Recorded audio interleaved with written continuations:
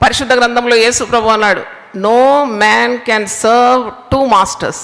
ఎవడును ఇద్దరు యజమానులకు దాసుడు కాలేడు. అంటే యేసు ప్రభు చెప్పిన మాటలకు విరుద్ధంగా ప్రవర్తించేవాడే సిలువకు శత్రు. అంటే వారు ఆత్మీయ స్థితి పరిగణలోకి తీసుకోవడం లేదు. ప్రతిరోజు కూడా వారి గమనము వేరుగా ఉంది, గురి వేరుగా ఉంది.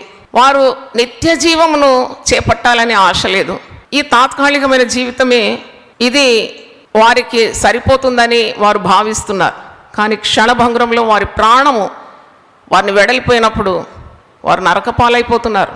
అంటే ఈ జీవితంలో మనం తెలుసుకోవాల్సింది ఏంటంటే, రక్షణ మనకు అందుబాటులో ఉన్నప్పుడు, దేవుని వాక్యము మనకు చేరువలో ఉన్నప్పుడు, ప్రభు మనకు సమీపంగా ఉన్నప్పుడు మనం ప్రభు మాటలను ధిక్కరించకుండా, ప్రభు మన కొరకు, మన పాపముల కొరకు, సర్వలోక పాప నివారణ కొరకు ఆయన పరలోక భాగ్యాన్ని వదిలిపెట్టి ఈ లోకంలో దాసుని రూపంగా తనను తాను రిక్తునిగా చేసుకొని సిలువ మరణం పొందినంతగా తండ్రి అయిన దేవునికి విధేయత చూపినాడు, ప్రాణం అర్పించినాడు, రక్తము ధారపోసినాడు.